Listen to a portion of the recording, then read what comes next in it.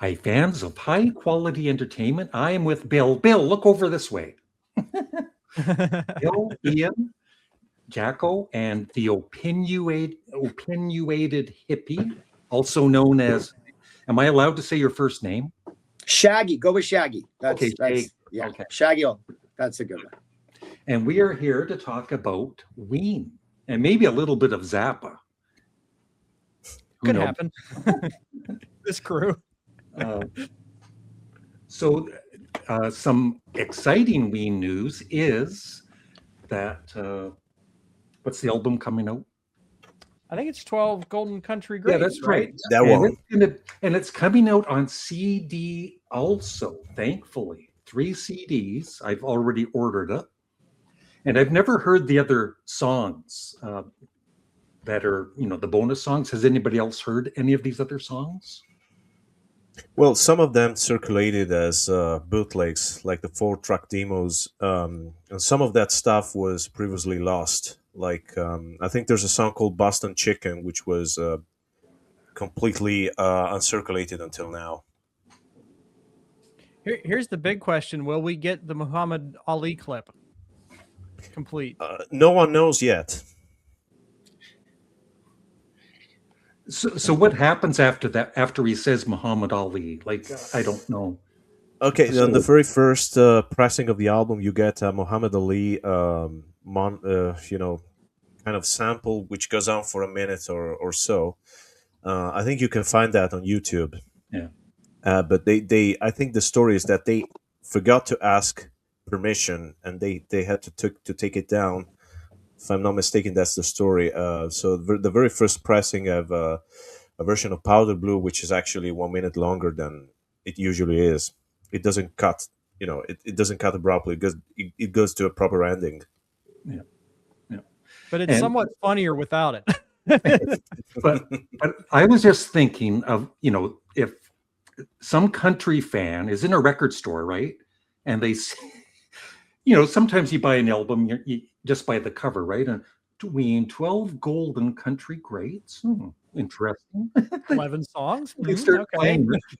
And, the first song, I'm Holding You, it's just your typical, music-wise, nice country song until it gets to the lyrics, which are a little different than a normal country song. A little cosmic even. Yeah. And I guess that's the one thing about Ween that I love is they can do, I've said this before, but they can do anything, right? They could do a prog rock song, an 18-minute rock. Did they? Well, I mean, I consider Buckingham Green to be a prog rock song, and it's like 3.5 minutes. Yeah. And then Shinola, whatever number that is, there's a couple proggy sort of Pink Floyd-y songs on there. Yeah. Did you see me? Like the back half. Yeah. Can you see me?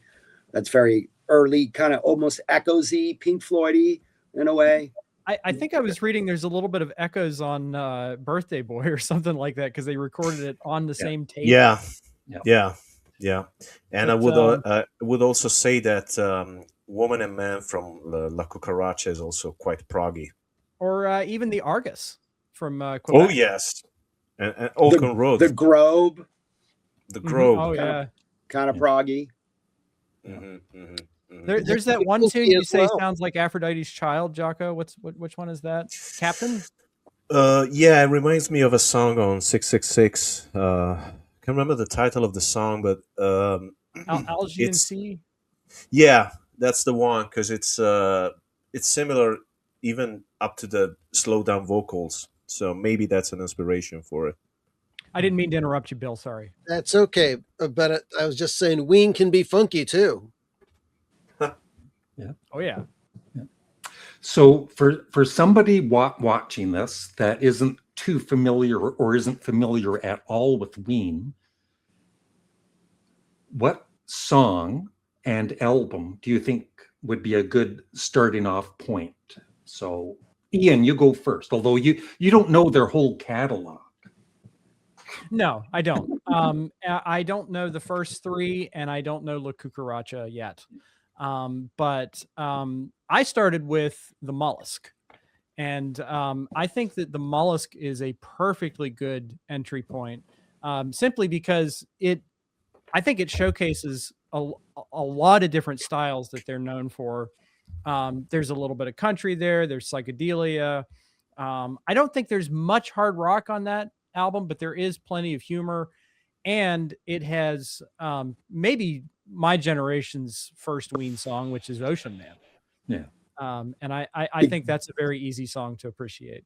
Is that because of SpongeBob? Yeah. Right. Oh yeah.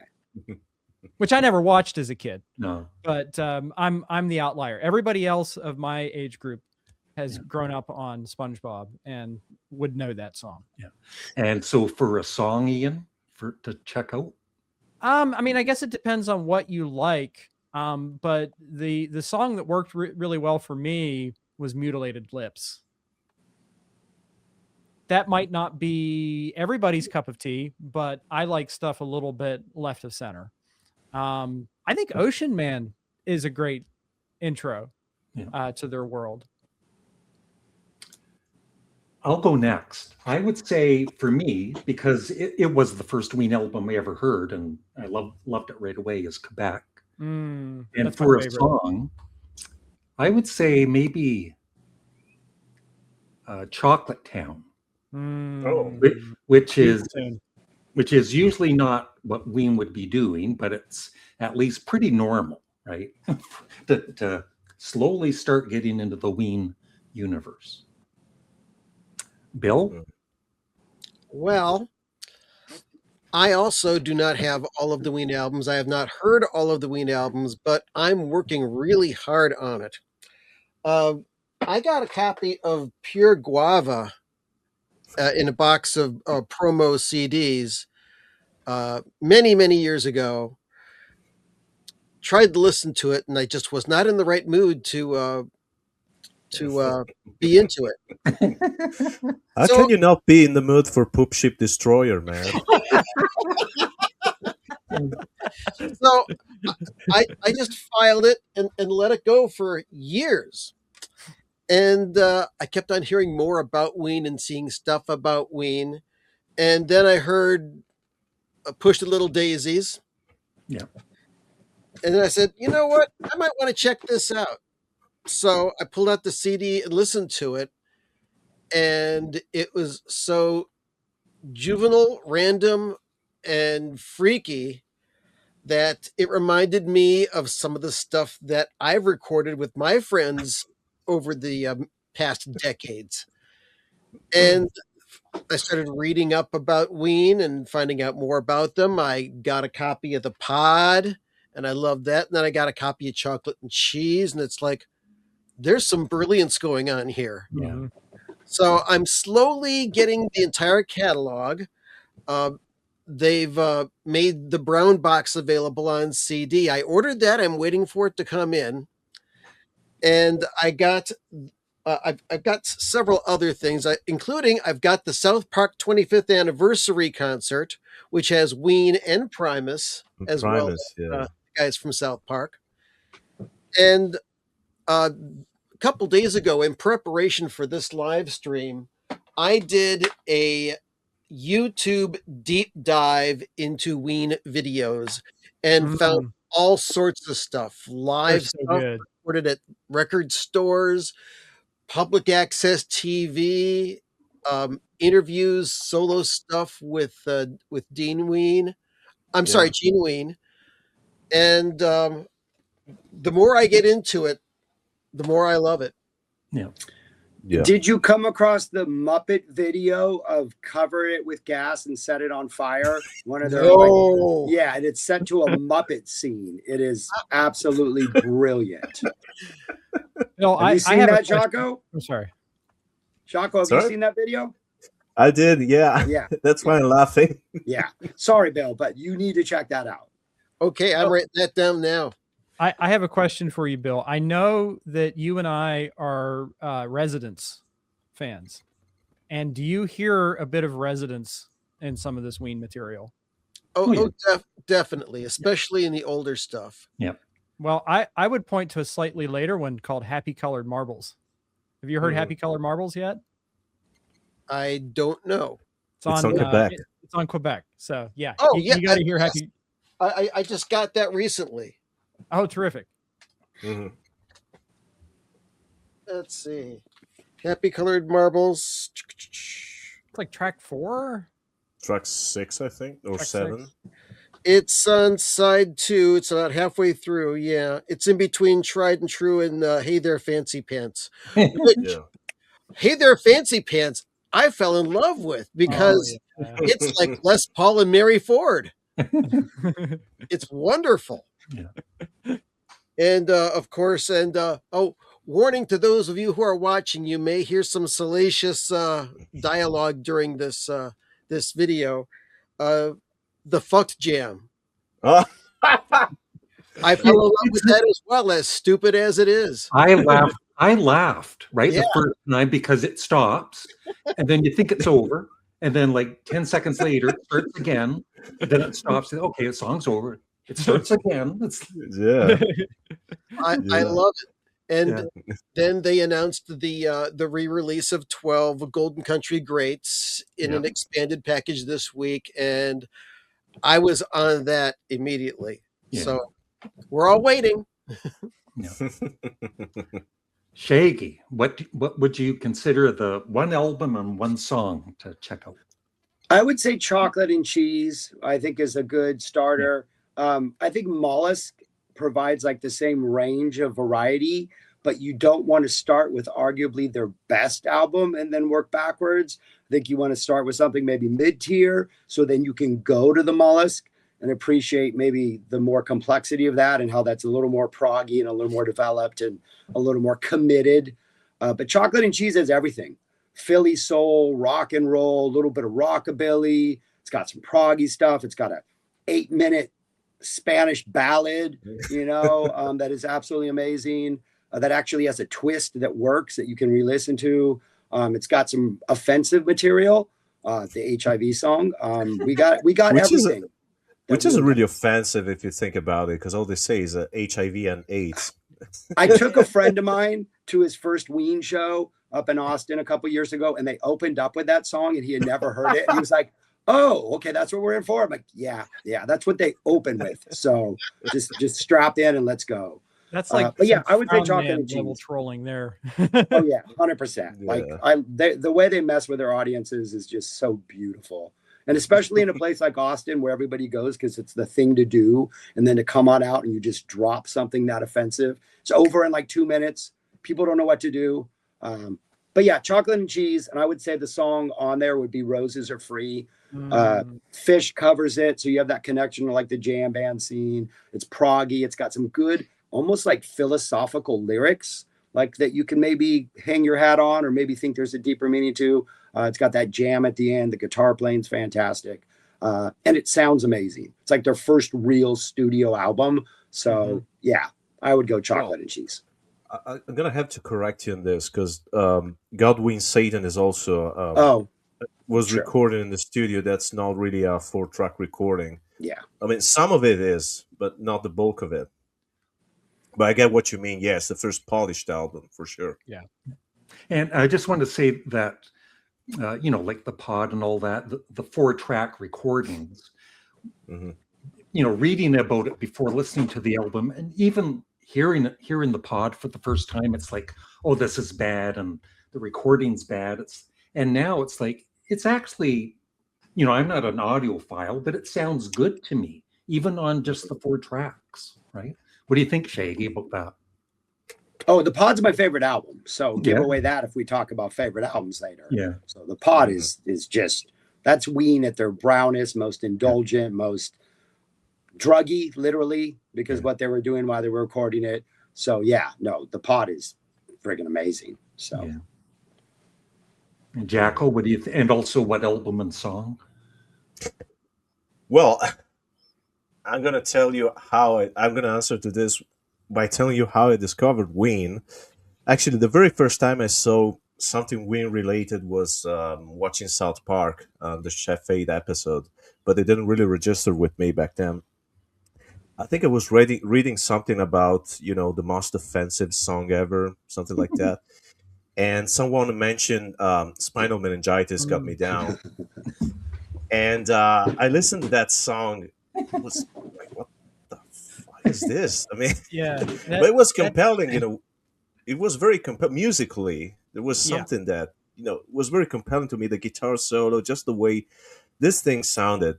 So I check out the album Chocolate and Cheese, and you know, it was like, where the hell have those guys been for me until now? Why didn't I knew anything about this band? Like I had been dreaming about something like that, you know, a project which a bit like Zappa, but not really like Zappa, where you put good musicianship and good juvenile humor. And I was dreaming of finding something like that, and I found Chocolate and Cheese, which to me was the perfect album the first time I heard it, and it's still one of my favorites. So I don't know if I would suggest to start with Spinal Meningitis Got Me Down, but it did work with me. So maybe that song has a quality to it. It's like I'm kind of like looking over my shoulder, like I hope nobody notices I'm listening to this.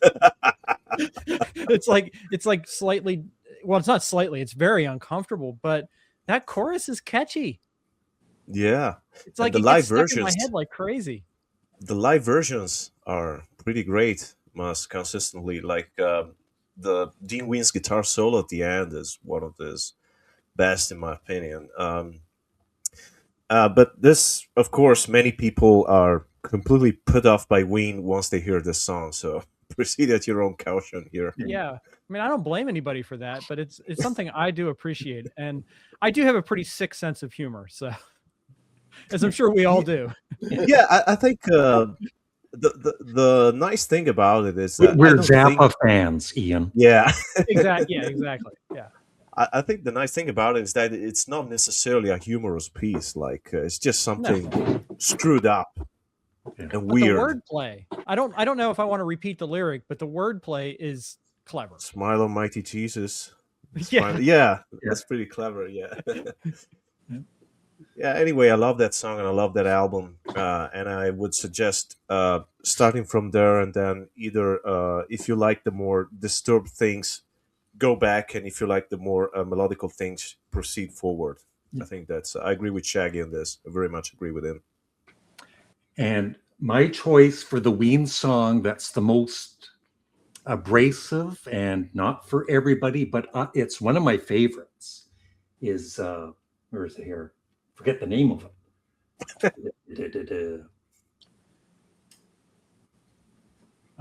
Morning Glory. I love that. That's completely unlistenable. No, I turn it up, and I love it. It's wonderfully noisy. Yeah, it's fantastic. I love it. And it's from that their version of Revolution 9, right? Yeah. From that same album, another tremendously offensive song lyric-wise, but it makes me laugh, and I listen to it over and over again, is "Pumpin' for the Man." Oh yeah. That rocks. And of course, hey, fat man, you asshole! You killed my mother. Now, wait a second. There's no fucking swearing on this live chat. Excuse me. Right. Just pardon my French. I'm still shitty at it.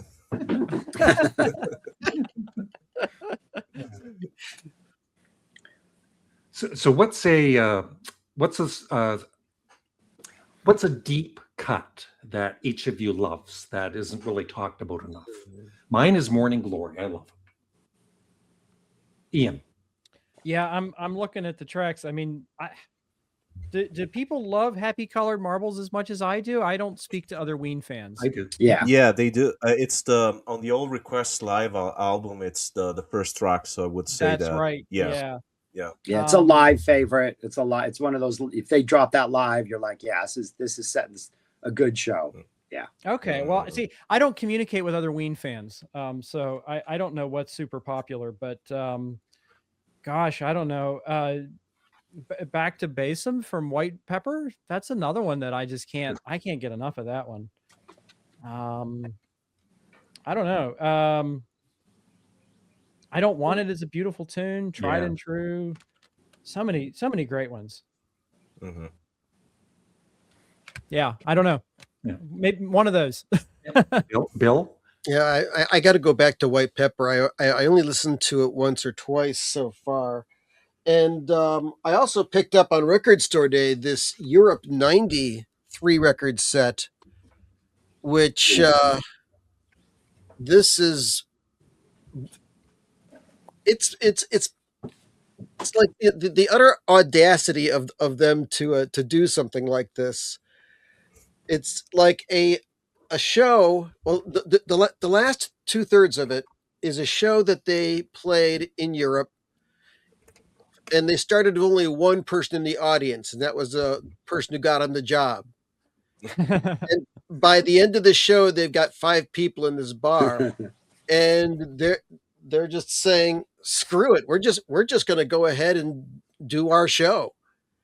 And it's innocent, and it's bawdy, and it's pretty damn good. Yeah. Cool. So I don't really have a deep cut because I'm still trying to get through the whole catalog. Yeah. Okay, Shaggy? First, I think anything other than Ocean Man or the Daisies is probably a deep cut to Ween, right? But I would say off Shinola, Gabrielle would be my favorite deep cut. By far the best Thin Lizzy song ever recorded. I just listened to that last night, and during the song, I'm thinking, that sounds like Thin Lizzy. Yeah, it is the greatest Thin Lizzy homage. Yeah. It could be a Thin Lizzy song. Just the lyrical ridiculousness of it, like Jeaner's vocal performance, that guitar solo, they come right in with just that Thin Lizzy, whatever that little like shuffle thing that they do. Absolutely amazing. Just a 2.5 minutes of perfection. Yeah. So off a compilation, Shinola Volume. It's Volume 1, right? It's still Volume 1. Yeah, there's only Volume 1. Yeah, but for some reason I thought they named it like Volume 2 or something just to mess with us. There are Volume 1. Tons of fan-made extra volumes, but officially we only got Volume 1. Okay. Yeah. And Jackal, what's a deep cut for you? I'm gonna go with a very, very deep cut of Craters of the Sack, Making Love in the Gravy. That's a song nobody knows about because it's only on, only Ween fans, only super Ween fans know that song because it's only on an MP3 released album, and I think they played it on their very last show for the first time. But I love that one. It has a slick groove, funny slow down vocals, absurd lyrics. That's a great one. I wish they had done something else with it, and that's a big. One of the things about being a Ween fan is that they have tons of great songs that haven't been released, and they keep playing them live. And I see that on Reddit, everything is treated as a B-side. If it's not on the album, it's a B-side, which isn't correct, because Ween also have tons of fantastic actual B-sides, like flip sides of singles, stuff that's only on CD singles that haven't been re-released yet.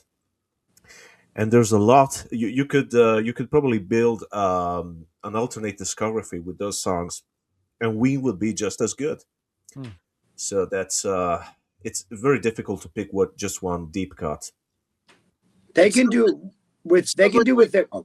I'm sorry. You go ahead. I was going to say they can do with their catalog what Zappa they're doing with Zappa's catalog.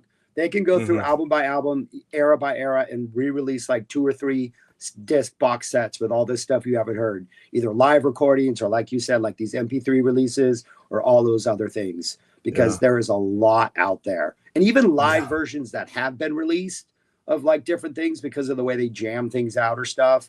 I could still use a couple more fluffies or a couple more like Voodoo Ladies out there that are live, because those are really ridiculous. But there is so much left in that catalog once they hang it up and maybe decide to focus on other things. Well, one interesting thing is that hearing the songs from The Pod and Pure Guava as played by the Ween live band, because they turn into completely different songs. I mean, I absolutely love the pod on Pure Guava now, but it was problematic at first until I saw Ween. Well, I didn't see them live because they only came in Italy twice in the '90s, and I was 5 years old or something like that when they came. But I saw them on YouTube, and stuff like "Touch My Tudor," which is kind of a gross song in the studio, very distorted. But the live version of Live in Chicago, they focus on the melodical side of the song. Or even, I'm sorry, Larry, I have to swear here, but it's not my fault. Even a song like "She Fucks Me," when played live, it becomes almost moving. Yeah. So I'll say the that's same for interesting. Birthday Boy.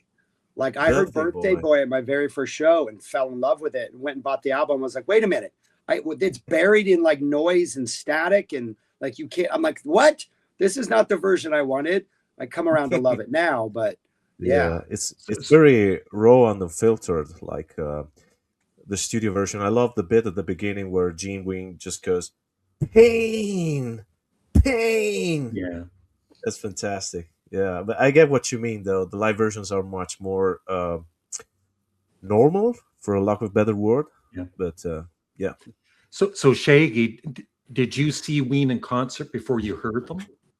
No, I'd heard them first. Okay. Yeah. So I heard them like on the radio and stuff. But Birthday Boy was one of those tracks I think like I just missed somehow. And then I saw it live. I was like, oh my goodness.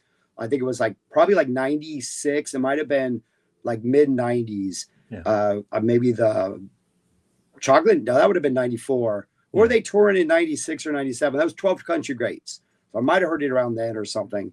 And then was like, I got to find the studio version, which I had on vinyl, but I had not listened to. It was like, oh, this is why I never paid attention to it before, because I don't know what's going on. So what did you think, hearing them on CD or whatever, and then seeing them live for the first time? What was that experience like for you?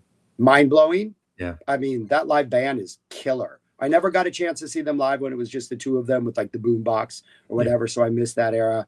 But yeah, it was just like a ridiculous live band. And it was not what I expected. I think it completely blew my mind, the power that they brought to the stage. And I think I did not truly understand what a gifted guitar player Diener is until you really see those things live, and just his body language, his facial expressions, like everything about his like being is like through that guitar. And it's just one of the most visceral live experiences. Fantastic stuff. When did Claude Coleman join the band, by the way? 90.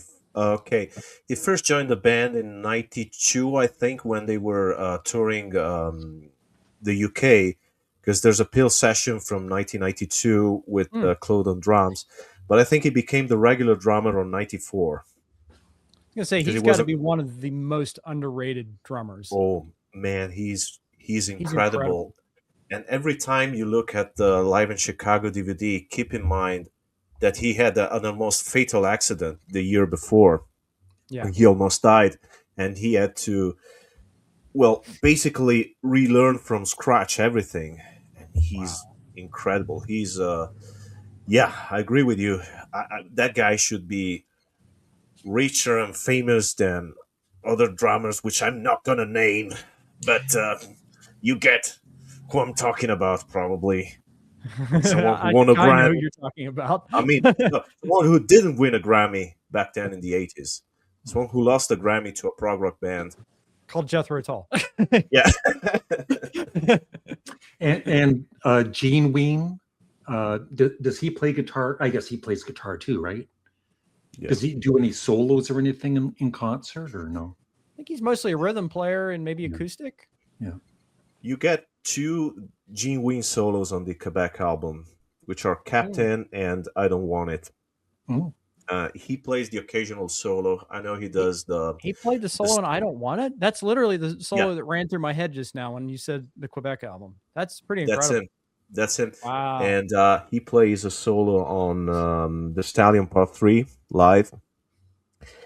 He has the occasional solo. I think the strength of Gene Ween as a guitar player is that it's not easy to do what he does as a rhythmic player, because it does some pretty strange stuff. as a soloist is interesting. It's not as gifted as as Mickey, but Aaron is a pretty accomplished multi instrumentalist. Both of them are actually, because Dean Ween can also play a little bit of drums. But he's not really a solo guitar player. Yeah, not in the way Dean Ween is, at least. And Bill, you were going to say something about 10 minutes ago. Perfectly all right, but I think what I was going to say is just as valid now. It's like, now that I'm really getting into Ween, it's like getting all of the stuff and finding all the little cracks and crevices in the Ween catalog. It's like a nationwide, worldwide scavenger hunt. Yeah. You got to go online. You got to talk to people. You got to comb through the back of record stores. I mean, I saw that there was a live album that came out after 12 Golden Country Greats that looks like an old Warner Brothers country album and that was done with the Shit Boys, the backing band on 12 Golden Country Greats. And that was live in Toronto. I say it was recorded in Toronto. Yes. Yeah. And that was released on LP only in Europe. And in the US, it was only released as a burned CD. At least as far as I can tell. Did you get that one? Not yet. It's I was sampling that. Very good. I was sampling that this week. It is. Yeah, it's a great band. Shaggy mentioned live versions of Fluffy, and you gotta hear it. You gotta hear it because you can never tell by the studio version of it, because it's just the studio version. It's very sparse acoustic ballad. You gotta hear what they do with that song live. I'm not gonna spoil that for you. Just listen to it because it's incredible. I mean, and there's some early Mollusk material on that too, which is worth hearing. And another very good one, it's live at Stubbs from 2000, which is the White Pepper Tour. I was at both those shows, by the way. Oh, on the third CD has I don't know if they still have it, has like a video feature, right? Yeah. It's like during the 35-minute "Let Me Lick Your Pussy," a woman gets on stage and starts dancing around. This other woman gets on stage and they proceed to literally act out the song. One of them gets on her knees and she does that to the other, and the entire band goes behind the risers and continues playing so they can be the focus of the audience. And then at one point, a guy gets on stage and Mickey is like, "No, get out of here. Off, go." And he gets off the stage and these women proceed to, they do that. I'm sorry about your ad money, Larry. That whole in the future, could we say instead, "I want to lick your cat"? Okay. I always say MLLYP, just abbreviate it. I'm wondering if they got any legal backlash from Prince on that song. I think they credited the Shockadelica tune, so maybe they're on the right for that. So, but I just wanted to tell Shaggy that particular show is available on video on YouTube. Though, of course, the part you mentioned often gets banned, so you have to. Yeah, I've watched it. I've watched that show. I've seen it. I think I've seen it too. Yeah, or part of it. Yeah. There's also a really good tape. No, go. The Halloween '94 show is out there on YouTube. It is a soundboard show, I'm pretty sure. It is an early live. I mean, the full band there. An absolutely amazing performance. They stretch things out. The "Take Me Away" might be one of the best live "Take Me Aways" I've heard. There's a fantastic Marble Tulip on there. That is a fantastic show to check out, to get your feet wet with like early live Ween. Back then, they didn't have Glenn McClellan on keyboards. They were a 4-piece band, and the bass player was I don't know how to pronounce his last name, Andrew Weiss. Weiss, I think. Weiss, yeah. Weiss, I don't know how to pronounce his name, but basically was the secret member of Ween throughout the first albums. And producer of the band. He's on the cover of the Pod, right? That's Mean Ween, which is I'm not sure about this because Mean Ween is another guy altogether. Yeah. I'm not sure about that. I think Wise produces the pod. He's the producer on that. I don't think he Yeah. plays on it. But he's not on the front cover. He's not the guy with the bong on the front cover. No, that's not a bong either. That's It's like a some kind of scuba. I don't know. I don't do drugs, guys. I don't know what the hell they're enough. doing. But anyway, yeah, this 94 shows are great. Yeah. It is a Scotch Guard powered bong, is how it's described. So that's how they were huffing their drugs to make that album, is with that thing. Allegedly. Yeah, allegedly, exactly. And then later, guys, they kind of toned that down because maybe they were influencing other people to do that. well, I there's don't would care. Did you guys ever see the? There used to be a website called AskDiener.com when Ween broke up, and Dean Ween would just answer to the questions by fans. And he told a story about a guy who actually tries to smoke or inhale Scotch Guard at the show, and he kept yelling, "Diener, Diener, Diener," until after half an hour he said, "What?" And this guy just inhaled a big huff of Scotch Guard and then proceeded to vomit all around the audience in front of them. It had to be escorted from the show. So You should hear that recording.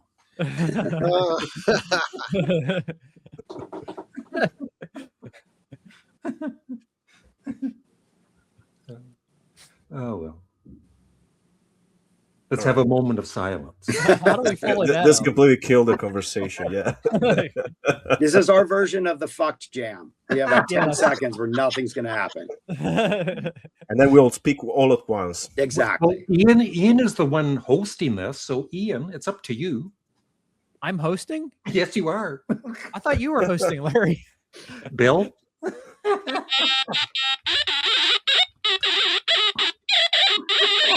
think the fuzz is here. There you go. Okay, Bill, I'm wearing this kind of headphones here, and you just completely fried my ears. So thank you very much. We all have Scotch Guard. Let's all do that and come back. Yeah, okay. I think that that Ween has, like the Residents, they put out information about themselves that is completely false, just to make people think that they do it. Yeah. Yeah. They build their own legends. Yeah. So that makes their mystique even grander. And the anonymity thing, which obviously we know who they are. We know it's Mickey and Aaron. But the whole Gene and Dean Ween concept, that goes back to the Residents. Influenced bands like Devo, maybe even Cardiacs if you're into that sort of thing. But yeah, I find that to be one of the most fun aspects of the Ween thing is all the mythology that they've built around the music. The Boognish thing, you know. Yeah. Which is strange. We haven't mentioned the Boognish yet. That was strange that this was the first mention of the Boognish in this chat. But because for those who don't know, it's the Ween's god. That's how we would describe that Ween's divinity. But the thing you said about Ween, Gene and Dean Ween, you have to keep in mind that Ween actually started in 1984 when the two of them were 14. And of course, they were music nerds back then, but I don't know if the Residents were already one of their specific influences when they were 14. When they started Well, as Gene and Dean Ween. yeah. I mean, who knows? But I feel like the 80s were when the Residents started to become more popular because didn't they do their first tour in like 81? Yeah. Not sure. I was into the Residents for a bit. I bought Duck Stab, which I still have. That's a great Still Great love album. that. Great Yeah. And album. then I bought, the commercial album and Eskimo and all that. And I probably bought 4 or 5 of the other albums. And there was just a point where, I don't know, I just kind of lost interest in them except for Duck Stab. It's Yeah. almost like sometimes they were being weird for weird's sake or something. Well, I think it's music, and I don't mean to go on a tangent about the Residents, but the Residents is music that conceptual artists make. You know, it's less about the music, more about the concept of the music. It's too intelligent for me, Ian. I don't know if it's necessarily intelligent. It's just it's something that it plays more by the rules of like a visual art collective would. But the commercial album, that was brilliant, right? That's a brilliant record. 40 1-minute songs. And for any Ween fan who's interested in the Residents, that's the one I would recommend. Yeah. Because I hear a lot of influence of that album across all their material. Yeah. And I hear a Sparks influence in Ween too, because Dean Ween is a Sparks fan. Yeah, that's true. Mm-hmm. Mm-hmm. Absolutely. I mean, that's a great example because Sparks are actual brothers.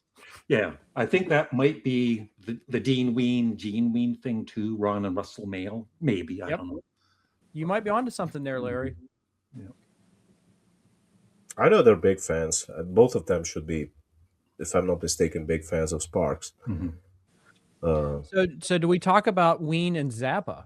That's a can of worms. Yeah, I guess supposedly neither of them care for Zappa. Is that right, Jack? All I know is that Gene Ween likes the Mothers of Invention. And you can tell. And he played at Frank Zappa Day in Baltimore in 2018. No, 2010, sorry. 2011. Yeah, was way before that. And he played What's the Ugliest Part of Your Body live. Yeah. So I know he likes some kind of Zappa, but doesn't like the stuff, the post-Mothers of Invention stuff. And I think Dean Ween, I remember hearing a quote where he said something like, I get that Zappa is talented. I get he does what he wants to do, but I think he's a bit of a show-off to me, so I don't like his music because it sounds cynical. I don't agree with that. I mean, I don't remember the exact quote, but what struck to me is that he said the same things that people that do not like Ween say about Ween, and none of which I agree with, by the way. But that was interesting. Yeah.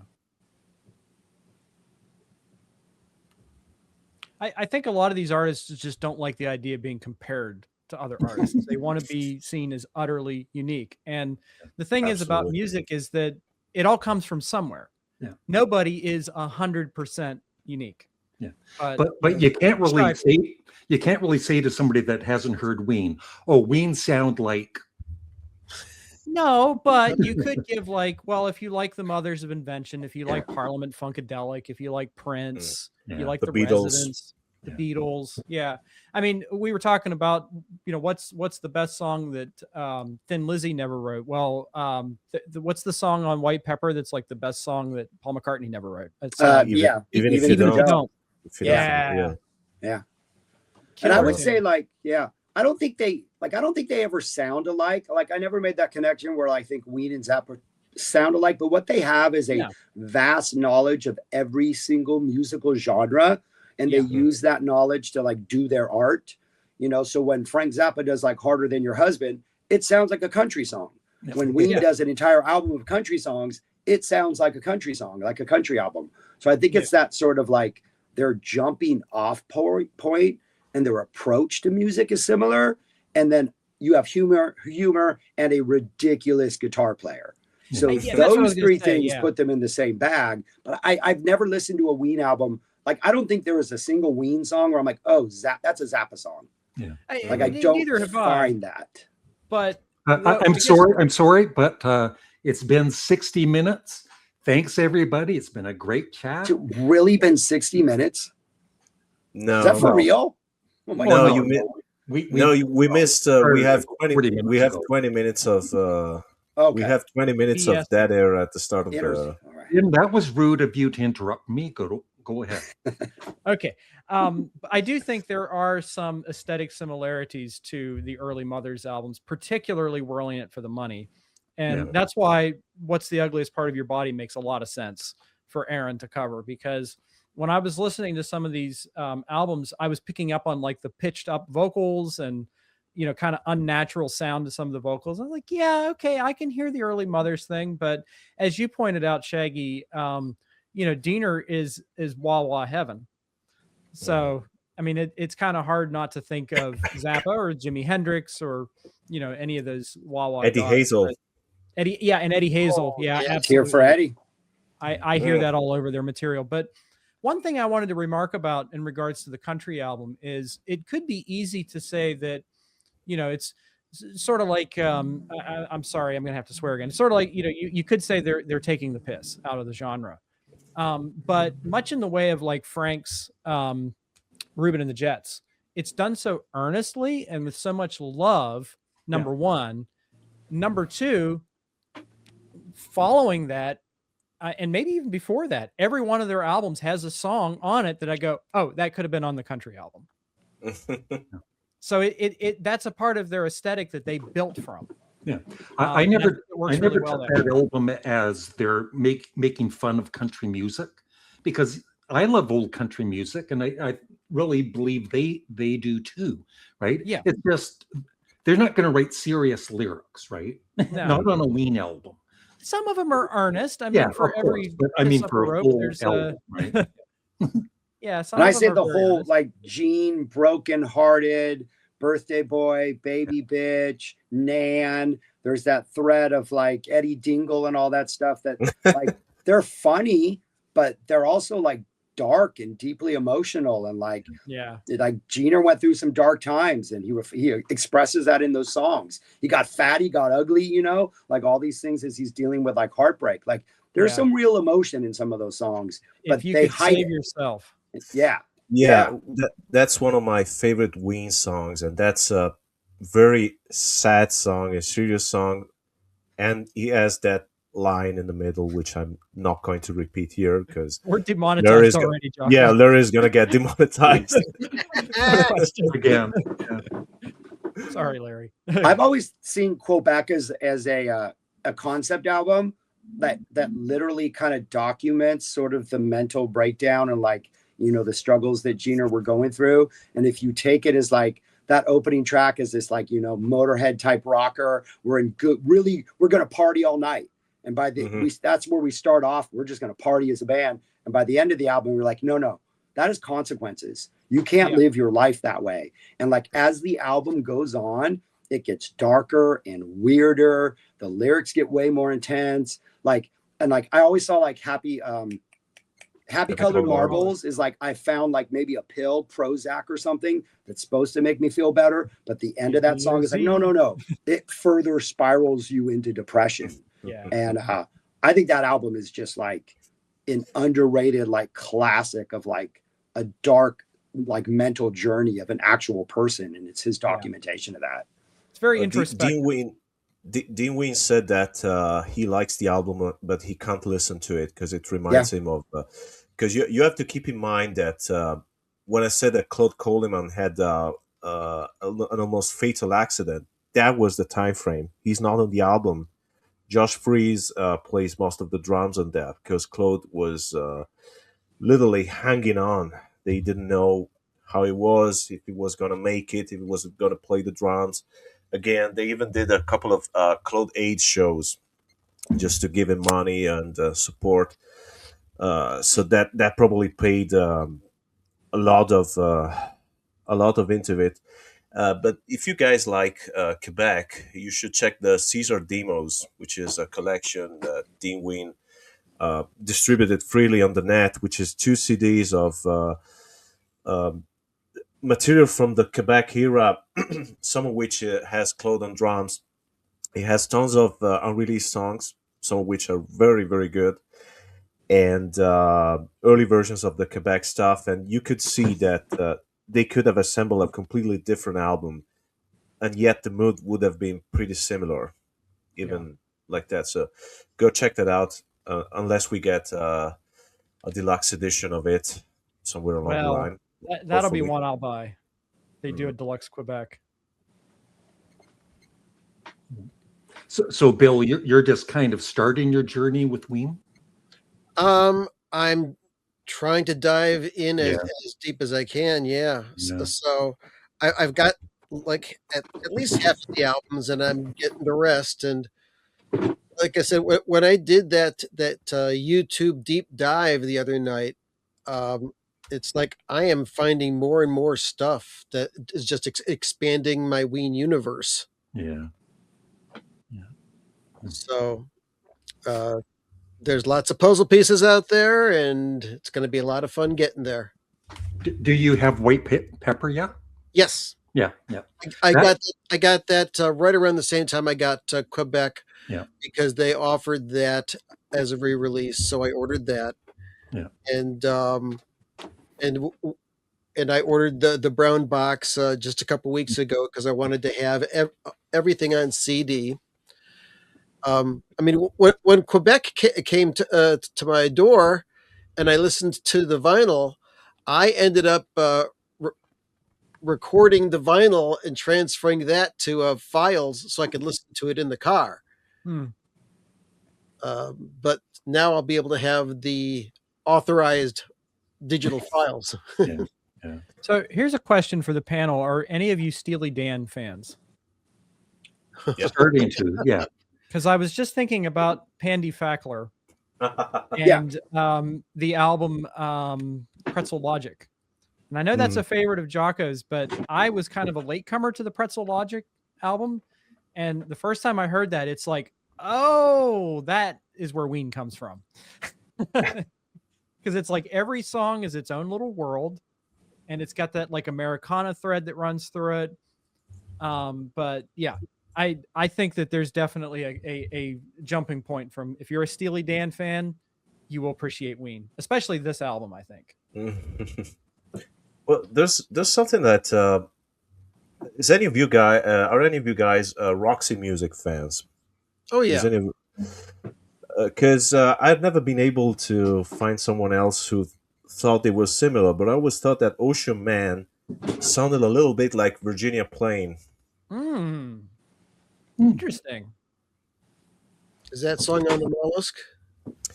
Ocean Man, yes. Yeah. Okay. Don't have that yet. Oh, you gotta have the Mollusk. Oh, you're gonna love that one. You're gonna absolutely love that one. Everybody recommends that to me, and I haven't found a copy yet, so I'm waiting for it on the CD. So you're trying to collect them on vinyl.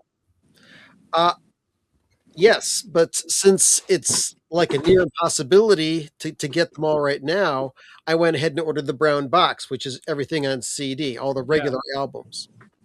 Okay, so tell me more about the brown box, because it's like, if I want the first three, am I better off just going and buying the first three on their own since I have the others, or should I just get the brown box? Get the brown box. It's $100. Okay. And what is remastered here? Blah, blah, blah. Or in the US, it's $69. Yeah. Plus shipping, postage, tax, mailing, and handling, of course. So $100. Yeah. and chocolate and cheese is the remastered version that came out recently. Are there remasters good? Yeah.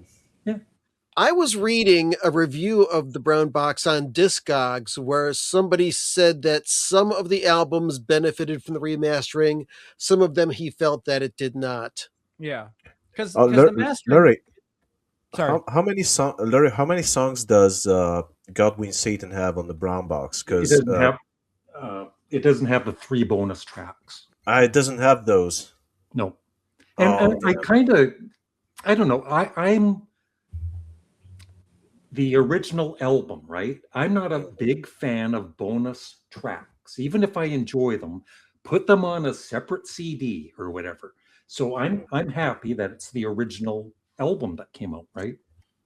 Yeah, I think the problem with I was surprised when I read that Dean Ween said that the remaster with the bonus tracks was the better sounding version of it, because it's completely compressed, like unpleasantly completely compressed, and the original CD sounds much more, it's not another high quality recording or whatever, but it doesn't sound like it's gonna kill your ears. I mean, if you compress something like Mushroom Festival in Hell, your ears are gonna die. It's And I do think that they do. Some of their later albums have a problem with the mastering for me.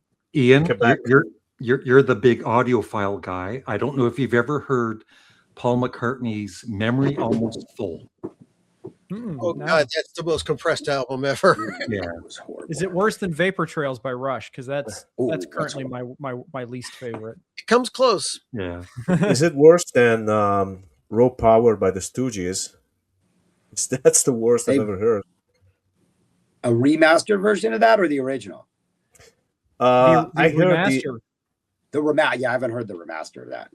of the Stooges album. You mean? Yeah, that one is often credited as being like the worst example of the loudness wars. That one and Vapor Trails. It's interesting because it's actually a remix because David Bowie makes the original, and Iggy said that when they released the CD, which is absolutely crushed, like it goes on the red every single time, Iggy said, "No, that's just the way I remixed that." And then Iggy's remix without the compression and the volume got released, and they sound perfectly natural. So that's I don't know what they did to that, but it's horrible. Yeah. So the original Raw Power, when it came out, was that recording bad? And then Yeah, I mean, it wasn't especially well recorded, but David Bowie made an interesting mix out of it. And as far as I know, Iggy never liked that mix, so he remixed that for the CD, for the 1997, I think, CD version, and that version is completely destroyed.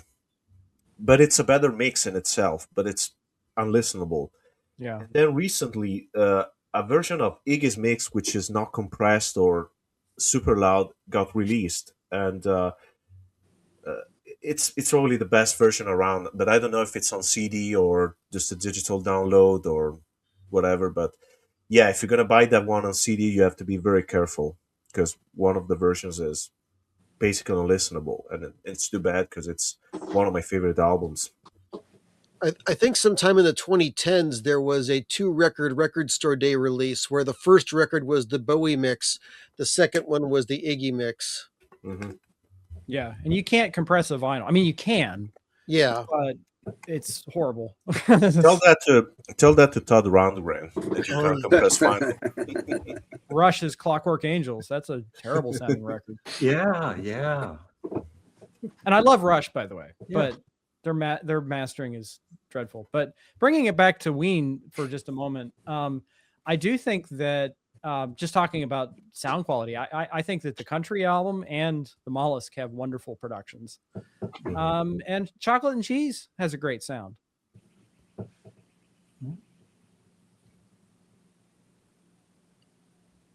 Another moment of silence. yeah. Chocolate and Cheese, I believe, was the first one that was professionally recorded from start to finish. And when I listened to the earlier ones, well, I've heard The Pod and Pure Guava. It sounds like they've taken those 4-track tapes and cleaned them up in a studio a little bit. Yeah. Pretty much, yeah. Mhm. Well, 4-track can sound amazing. I mean, I don't know if you guys like Can, but Yep. like Oh yeah, those early 70s Can Monster albums, Movie. Yeah. yeah, all done on 4-track. And Can fans credit when they went more hi-fi as kind of the death of the band. But even those later albums, they're not that bad, right? They're still good, but doesn't compare to the early ones. And No. Tego Mago, I don't have all of you heard Can's Tego Mago. Mm-hmm. I've got it. Mushroom Head. The second half, there's is it Pecking O? I think it is, Yeah. or maybe the next track where Damo just goes nuts, right? It's like it's 5 minutes of insanity. I remember that, Don't yeah. need drugs to listen to it. You're on drugs listening to Well, I think Andy Partridge says, "Don't approach on anything stronger than an aspirin." I think that particular album is a big favorite of Dean Ween. That's one of Is that his right? favorite albums. Yeah, I think so. it. And it's scary and it's funny at the same time, right? The Flaming Lips tried to cover a Mushroom Head without re-listening to it or checking on the lyrics. And there's a version, "Take Me to Mars." I think it's on their softball. It's on their Priest Driven Ambulance album. It's worth checking out. That's their interpretation of that song from memory after not listening to it for years. It's a pretty fascinating cover. That sounds on brand to me. Like, I think that would work, actually. Yeah, it does. It's the Flaming Lips pull it off really well. Yeah. And that final Can album, I forget the name of it right now, but it was back with the original. Slow motion? No, not Slow Motion. It was one after It was that. like a late 80s album, right? That late 80s one And that they I always dropped. read, oh, this is bad. This is the worst. And it's certainly not great, but I kind of enjoyed it. It was okay. Yeah. That's with Malcolm Mooney back in the, in the band. Oh, that Right Time? Right Time? Right Time. Yeah. Yeah, not, Right Time. not the greatest singer. If you haven't checked out the box set that they dropped, that 3D CD box set was like tapes unreleased or the lost tapes. Yeah. Lost tapes. I got it right here. There is a 10-minute song called Waiting for the Streetcar in which they just say waiting for the streetcar for 10 minutes. It is probably one of the greatest live 10 minutes of music I think I've ever heard in my life. I hear you, man. I love it. The thing about Malcolm Mooney, he's certainly not as good of a singer as Damon. What is it? Damo Suzuki. Yeah, but it's his personality, right? Yeah, that's what I like about his vocals. Yeah, you do right. That's a great song. Yeah, that is fantastic. Yeah. And if you're a Pavement fan, Steve yes. Malcolmus does a live version of Ege Bamasi, however you pronounce that. That's they right. did it in Germany. In Germany, he covered the entire album, not in order, which is odd. The songs are in a different thing, but he and his band did it. And that's a pretty good listen. He released it as a CD, so it's officially out there. I love the Crooked Rain album and Wowie Zowie. These are great records. Yeah, that all 5 of their albums. Like, I got to see them in October this past year in Austin. Just still killing it live. If you get a chance, if they come through, check them out. They are more sort of irreverent, but like together than they've ever been. They're one of those bands where you show up to a show in the 90s and it could be the greatest thing you've ever seen. Yeah. It could be the worst thing you've ever seen, but you had to roll that dice to find out. But they're in that phase of their career where they don't care so much that it always works. A really good band if you haven't seen them. And I think the Ween guys are fans of Pavement. Is that? No idea. Read that at one point. We never played Lollapalooza, right? They didn't ever play that festival with them. Like, I want to say they met them at a festival or did some sort of gig. Maybe with Malcolmus at Bonnaroo. I think Ween and Malcolmus played the same year and they were hanging out. Or I think I read a story about that's where like Dean was like, finally got a chance to like hang with Steven. So yeah. Yeah, there's some similarities there, I think. Like Range Life. I could hear Ween doing that. Yeah. That little country vibe right there, sleeping in, 100%. All right, we're really getting off on other bands today. We're really that's Ween though, right? Is that not Ween? Like you listen to a Ween album and you're like, okay, I got the Beatles on here, I got some Motorhead on here, I've got some like every album you're gonna like go off on like 12 different tangents. Sure, but it all works somehow. That's what something that something that I wanted to. Sorry, Ian. Go ahead. Sorry, I interrupt. No, something I wanted to mention was that even though being a Frank Zappa fan helped me getting into Ween, the more I listen to them, the more I think what we perceive as maybe Zappa-esque in spirit, they got it possibly from either, George Clinton, of course, and then Todd Rundgren. I think Todd Rundgren is a much better fit for Ween than Frank Zappa is. Sure. And I think they're actually Rundgren fans, by the way, so maybe that checks. Yeah, he's an artist I need to spend a lot more time with. But Todd Rundgren produced the first Sparks album. That's right. In 1971. Yeah. And one of the best XTC albums. Yeah. Maybe the best. Maybe XTC. the best. Yeah. Yeah. Which, by the way, does anybody else think that Flutes of the Chi could fit on Skylarking? Yes. Yes. Good. And I often White Pepper. I often call it Apple Venus Volume 3. So yeah, it came out at the same time too, right? Yeah. And as far as other good Todd Rundgren production, Remote Control by the Tubes. Mm-hmm. Oh yeah. Yep. Yeah, there's a Todd Rundgren song that always pops up when I'm in the car because I'll play Apple Music when I'm in the car just on random, and there's a Todd Rundgren tune that pops up all the time, and I'm in love with it. And I need to go out and get that record, whatever it is. What song is it? I don't know. Oh, I have to you go know. through my history. Me. But when it plays, I'm just like, this is wonderful.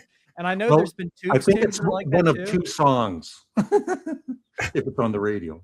Well, you guys chat. I'll go through my Yeah. I'll go through my history here and see if I can find it. But It's got to be on Something Anything, I would imagine. Like, I think all of his hits came off that album for the most part. but Which is it's an incredible album, by the way. Yeah. You should get it no matter what. I teach kindergarten and we jam out to I Want to Bang on the Drum All Day, all the time. That is our classroom jam. Everybody's got pencils running around, hitting things every Friday. We're ready to go home. Black Maria. Here we go. Yep. Black there we go. Mariah. Yeah. Black Mariah. Yeah. Fantastic. Yeah. I adore this tune. That's a great Yeah. album.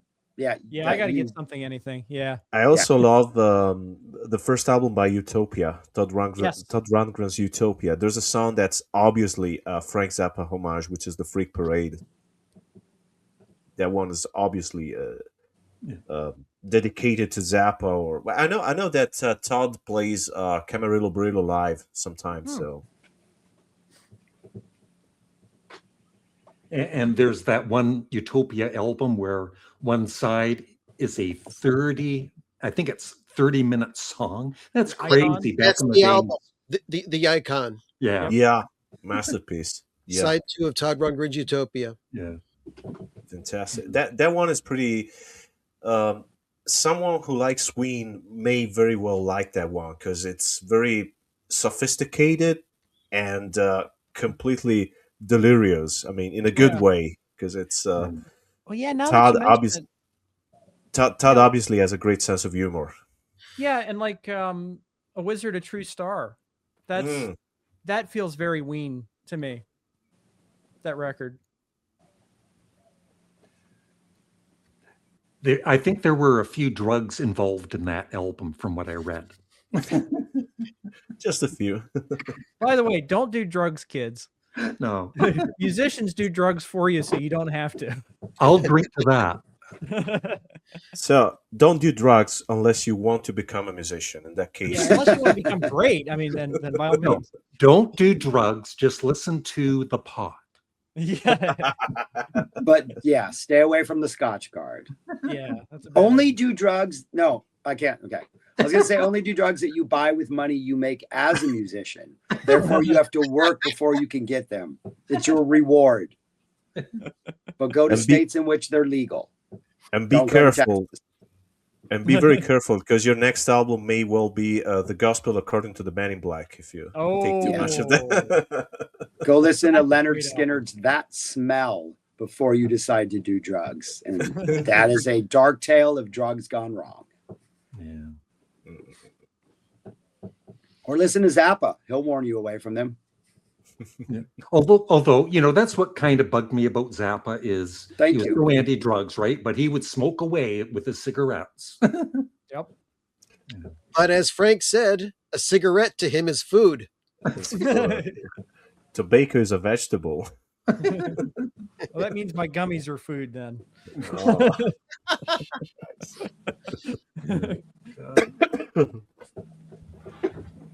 So we should wrap this up in a few. But first, Ian, tell us about your channel.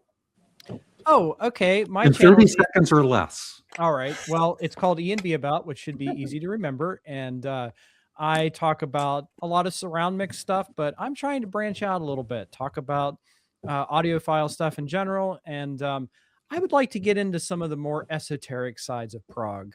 So very recently, I did a chat with Steve Feigenbaum and Aymeric Leroy about the Canterbury Scene Group. Go check that out. Well, I should say the Canterbury Scene Group book. Go check that out. Okay. And Bill? I've got a channel called Bill's Box of Sound. I do a lot of music and vinyl related stuff. I do live streams every Saturday night at 10 p.m. Eastern time.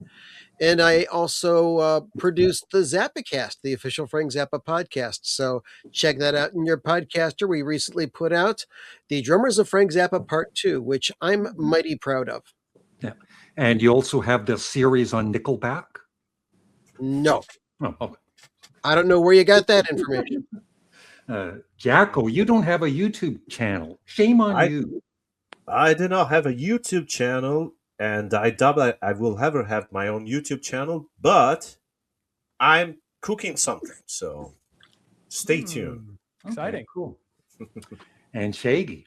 I just talk about music. Two current threads. We're doing a Black Sabbath versus Led Zeppelin album by album battle. Those original 8 from Zeppelin match up really well year-wise with Sabbath's first 8. And then deep diving into every single Zappa album. Dropped a bunch of videos on Freak Out, doing Mofo and all that other stuff from Joe's Corsage, Joe's X Massage. Then move through absolutely free and on through probably for the next couple years because it will take a while. But, now let's talk about Led Zeppelin just for a second because they're related to Ween in some way. But yeah, I saw your recent video on Houses of the Holy versus Sabbath, Bloody Sabbath. Yeah. Okay. Ooh. And I love cannot Led choose. Zeppelin, but Yeah, Houses you have of to the- choose too. That's the whole thing, man. Yeah. Right now, where Sabbath took an early, Sabbath is leading so far as we get through album 5. Oh no, brackets. Yeah, I my like to favorite vote. I like Sabbath. to rank things. Yeah. So Well, you know what? You know what's the problem? That I love Sabbath, Bloody Sabbath. It's one of my favorite albums ever.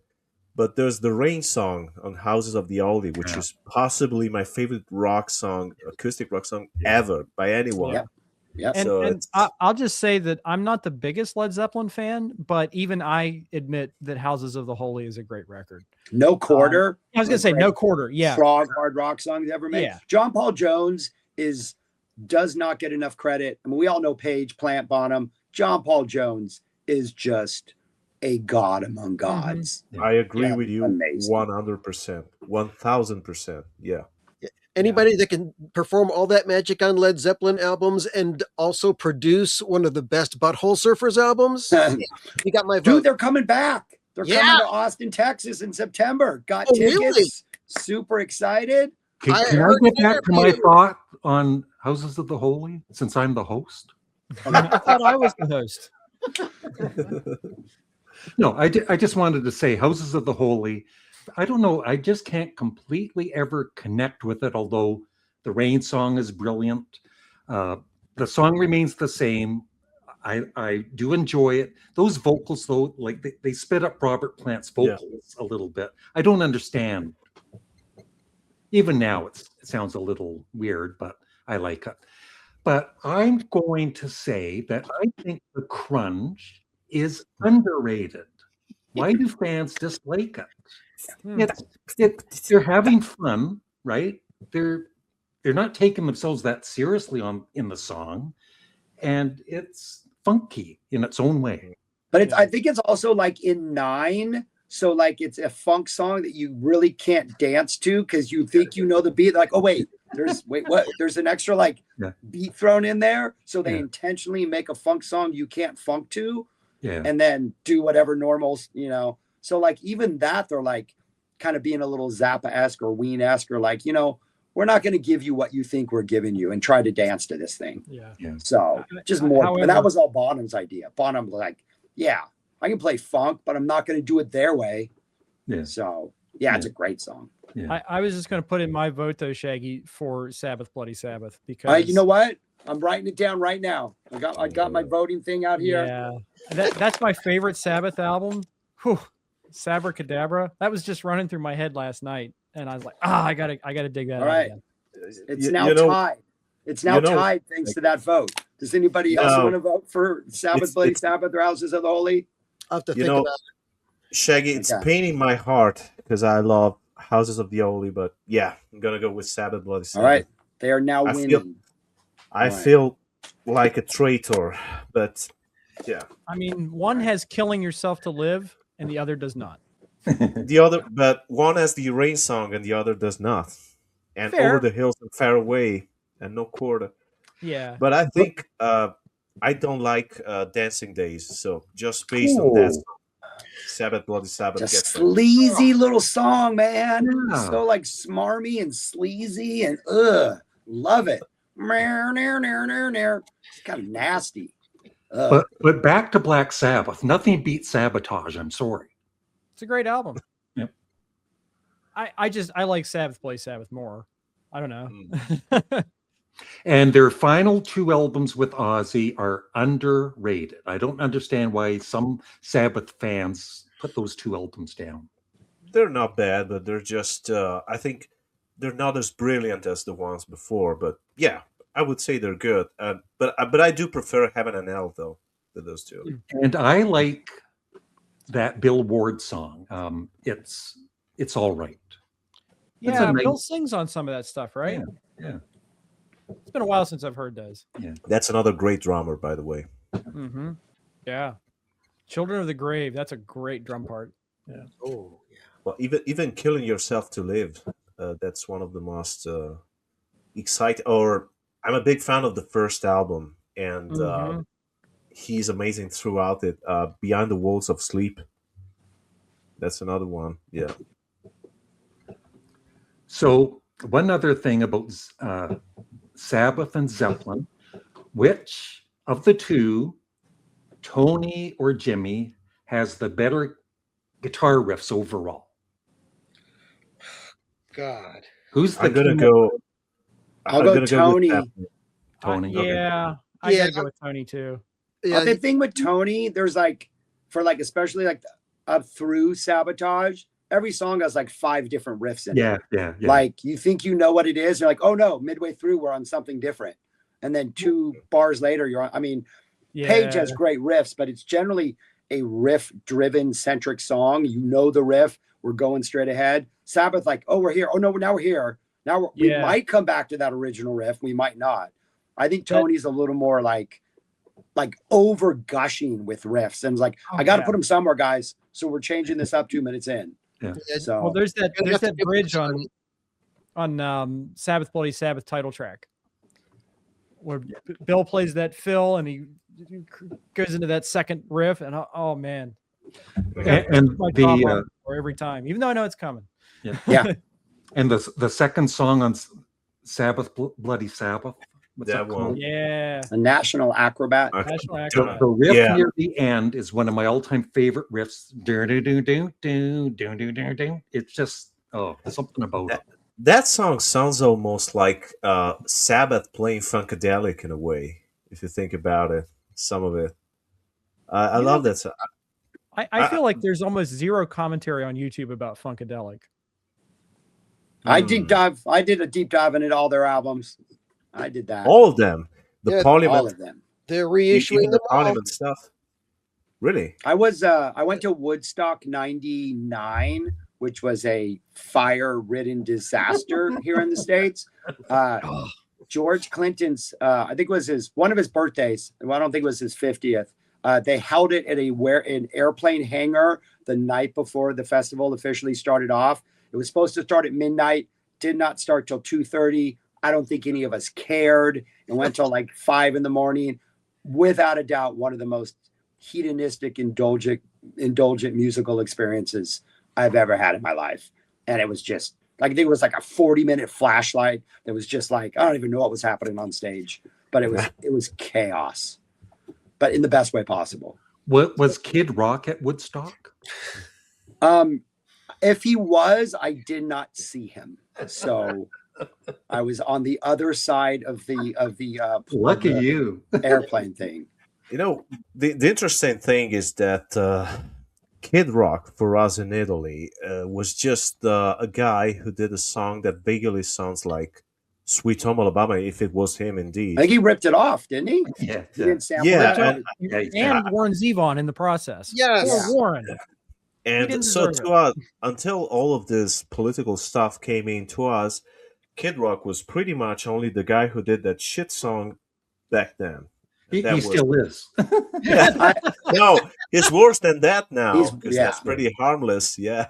That I would have a been friend who does play-by-play for a AAA baseball team for the Seattle Mariners AAA baseball team, and one of the other AAA teams is in Nashville. Kid Rock lives in Nashville, and one night after a game, he was at a karaoke bar, and he's sitting at the bar talking with his friends, and somebody's karaokeing a Kid Rock song, and it sounds exactly like Kid Rock. So he gets up to go see, and it's Kid Rock karaoke in his own song in a bar back in Nashville. Like Without- this is, probably a good decade ago when he wasn't quite where he is now. But I'm like, that's Kid Rock right there, man. That's all you need to know about Kid Rock. I doubt it was doing that in humor or anything. Oh no, he was probably looking to sell some records after he did. I'm sure he had some merch he wanted to get rid of, or he wanted somebody to at least buy him a beer. I'm assuming. I don't like beer. Oh, you don't? Oh, that's okay. So I still like you. so what are we talking about? Ween? Oh yeah. We were all over the place here. But that's because of it Ween. fits right? Ween. It Yeah. fits. What's everybody's favorite Funkadelic album? And we'll get back to Ween, I promise. Maggot Brain. Oh yeah, Maggot Brain. That Eddie Hazel guitar solo on the title track. The second track, Can You Get to That? The sort of funk noise jam at the end is ridiculous. Super Stupid. Like every single track on Maggot Brain. Hit It or Quit It. I was gonna say you haven't mentioned my favorite yet. Yeah. Oh wow. My my Morning favorite. Jacket covers Hit It or Quit It live, and they just tear that thing up. Yeah. Maggot Brain is just astonishing. Yeah, I'd have to say Maggot Brain with the first album a close second. Mm-hmm. Yeah, the first album is actually my favorite. I heard Cosmic Slop and Let's Take It to the Stage for the first time on the same day, and I can't keep them straight. So it's one of those, but I think it's Cosmic Slop. I think you meant Standing on the Verge of Getting It On. Nope, No, I heard. Oh, I misremembered that. Yeah, I bought Ian and I Cosmic talk daily, so I get his chronology as well. my personal historian, ladies and gentlemen. And let's talk about Stevie Wonder for a second. Oh yeah. Oh, yes. Because I'm really, I've always, of course, respected him and knows some of, a lot of his songs, but I've been buying his albums, Inner Visions, Talking Book, and all that. So the first time I heard Talking Book, the second song, Maybe Your Baby. Oh, The first time I heard it, it's like I didn't like it, right? It's, this is weird and all that. Second time I played it, it's like, this is before Prince, right? Yeah. He's doing Prince years before Prince did Prince with the crazy vocals and all that. Just amazing. that is like that is the nastiest thing Stevie Wonder's ever laid down on tape. I mean, and I think it's all him, right? Yeah. Like I think he's playing every instrument, and yet somehow it sounds like a jam. It doesn't sound like some guy recording all the parts separately. Yeah. That song is just like, that's a nasty song. And that's like not an X-rated nasty song, but like just a nasty groove. Have you ever seen Stevie Wonder's recording studio? Oh no, he hasn't either. No, But he hasn't either. Yeah. That was It was exactly what I was going to say. Yeah. Out. Now wait, that's if he's actually blind. Right. Have you ever seen him live? No. Has anybody seen Stevie Wonder live? So No. he has a like James wish. Brown type funk band, right? And so he improvises a lot. So a lot of like the end of his songs, he'll trail off into a piano solo and then maybe sing like a bar from a Motown song. He will put his hand up and make like sort of like, band leader signals. And like the band responds like that every time. And to watch him knowing that he does not know whether or not they are going to come in when he demands they come in, but they do every time. And it just blows my mind how like considering his limitations, obviously visually, what he can bring live and the way he just like orchestrates and leads them through jams, like jumps from track to track. It is a sight to behold if he ever tours again and you get a chance. Yeah. That reminds me Bashful. of the second half of Fingertips, where if you listen closely, you hear somebody in the band go, "What key is this in?" Well, all right. So this was fun. We'll have to do this again next year. Maybe we can Yeah. talk about Ween next time. Oh yeah, that's a great idea for a Yeah. subject.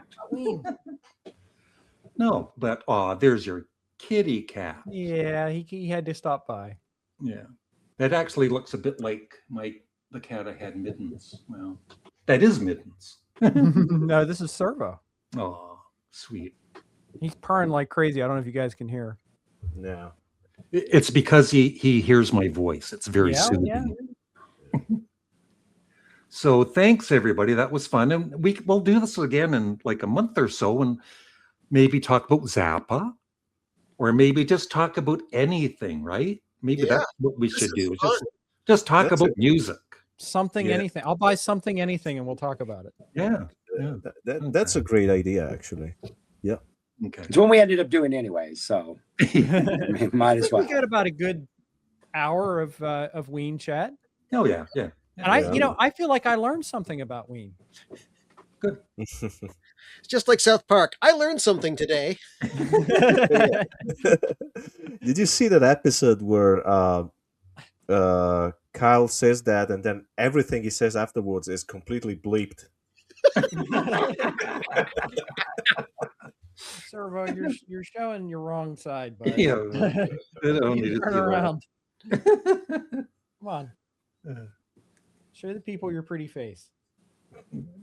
Okay, so thanks very much, everybody. I'll have everybody's channel except for Jackal in the pinned comment below, and I'll probably Put me post, in the.